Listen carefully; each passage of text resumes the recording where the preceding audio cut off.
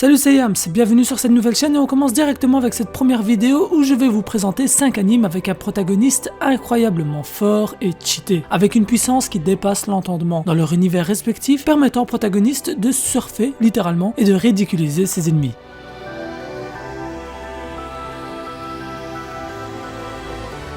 Et on commence avec un petit anime de 12 épisodes, fort sympathique, tant l'histoire est cool, mais surtout que le héros est incroyablement fort et épique. Seiken Tsukai no World Break raconte l'histoire d'un mec qui s'appelle Moroha Haimura, qui commence sa vie dans un lycée spécial, un lycée qui forme ce qu'on appelle des saviors, donc des sauveurs. Ces derniers ont une particularité comparée aux gens normaux, et celle-ci est qu'ils se sont réincarnés, et qu'ils possèdent les souvenirs de leur ancienne vie. Ces souvenirs leur permettant de posséder des pouvoirs. Il y a deux types de saviors, les Shirogane, qui sont des guerriers au corps à corps, et les Kuruma qui sont des mages. En temps normal, tu n'es censé que posséder qu'un seul type de pouvoir, étant donné que tu n'as qu'une seule vie antérieure. Mais étrangement, notre héros possède les deux types de pouvoirs. Et tu comprends rapidement pourquoi le mec il est giga balèze. Non seulement il possède les deux types de pouvoirs, mais en plus de ça, il les maîtrise à un niveau incroyable. Et dès le premier épisode, on vous expliquera qu'il s'agit d'un cas unique. En plus de ça, en apprenant plus sur son ancienne vie, on se dit que littéralement personne dans ce monde ne peut ne serait-ce que l'effleurer. Seulement, dans le premier épisode, Moroha a du mal à se souvenir de sa vie précédente et donc paraît faible l'espace d'une quinzaine de minutes. Mais ne t'inquiète pas, après ça il devient inarrêtable et va très vite monter dans la hiérarchie des puissances des saviors. J'en dis pas plus pour pas te gâcher la découverte, mais l'histoire est assez intéressante car on cherche à en apprendre plus d'un côté sur son passé et aussi on cherche à voir comment il utilise cette puissance dans le présent, donc c'est parfait.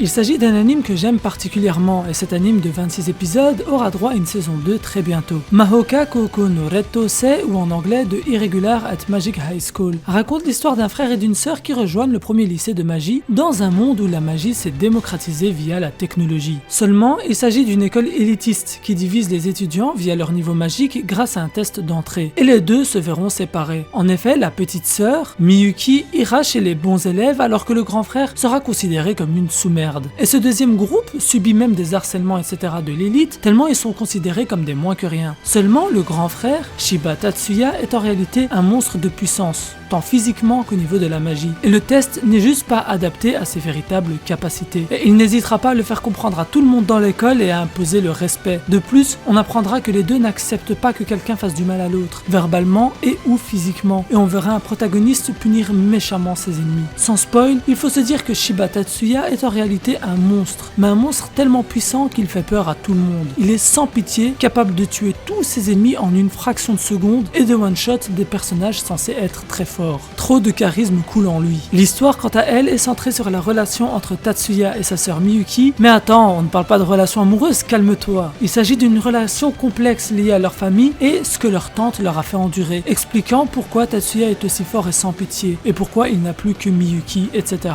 Je ne peux que vous le conseiller.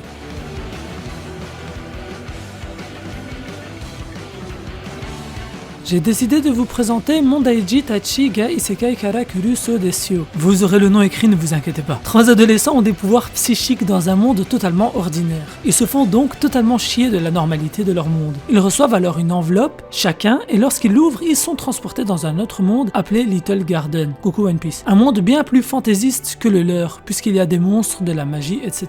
Ils sont donc convoqués par un personnage qui s'appelle Black Rabbit, qui est celui qui les a invoqués, afin d'aider la communauté No Name à renverser les seigneurs démons. Et parmi les 3 adolescents, il y a Sakamaki Izayoi, qui est juste over-cheaté, à un niveau incroyable. Il possède une puissance physique tellement grande qu'il va péter un seigneur démon dès le premier épisode sans aucun respect. Le mec il vient d'arriver dans ce monde, on ne lui a même pas encore expliqué le fonctionnement du monde, qu'il explose un seigneur démon avec une aisance surprenante. En plus d'être giga fort, il est giga intelligent et est un grand tacticien, permettant de surfer sur l'histoire et les ennemis. Quand tu regardes cet anime, tu le regardes pour la comédie, mais surtout pour voir Sakamaki humilier les adversaires. Et je peux te le dire qu'il les humilie grandement. Et au-delà de sa force physique, il a plein de pouvoirs et de dons que je tais volontairement dans cette vidéo pour ne pas te gâcher la découverte de sa pleine puissance.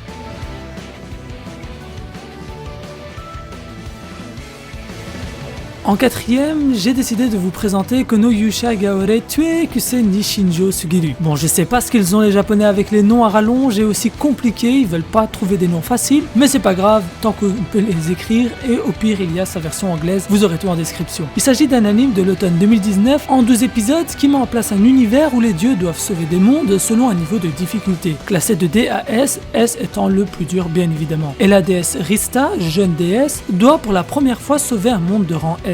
Et pour l'aider, elle a le droit d'invoquer un héros et de l'accompagner dans la quête et de jouer un rôle de soutien envers le héros. Et elle trouvera parmi sa liste d'humains intéressants à invoquer, un humain anormalement fort pour un niveau 1. Et c'est évidemment notre protagoniste, Seiya. Elle décide donc bien évidemment de l'invoquer car il a le profil parfait pour un monde difficile de rang S. Seulement, quand il est invoqué, il demande de pouvoir s'entraîner car il est juste giga prudent. Il ne prendra aucun risque durant l'aventure et aura toujours une dizaine de niveaux de plus que la zone dans laquelle il se rend. Non seulement l'anime est dosé d'un humour très cool avec un duo Rista-Seiya à tuer de rire, mais en plus Seiya devient très rapidement trop fort puisqu'il ne veut prendre aucun risque et donc même si c'est un monde de difficulté de rang S, il arrive à y surfer dessus aisément. De plus, au-delà de l'histoire qui nous mène à voir Seiya sauver donc ce monde avec l'aide de la déesse Rista, il y a un développement du personnage tout au cours de l'anime qui rend le personnage encore plus cool et attachant. Cela ne l'empêchera pas d'exploser les démons qu'il va rencontrer bien évidemment. Sinon à quoi ça sert d'être overcheaté?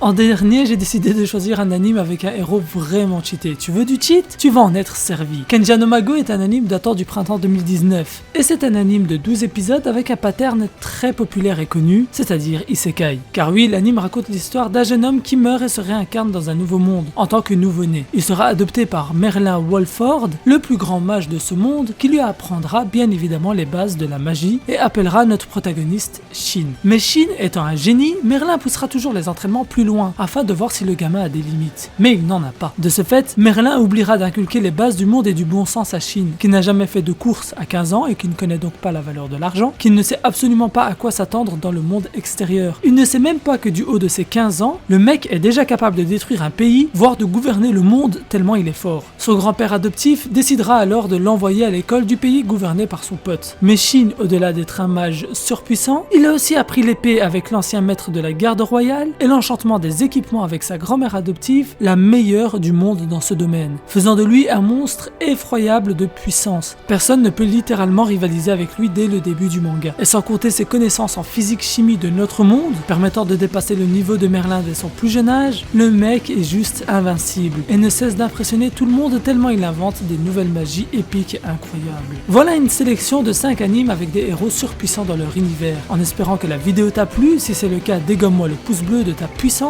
et claque le combo abonnement plus cloche. Nous on se retrouve très bientôt pour une nouvelle vidéo.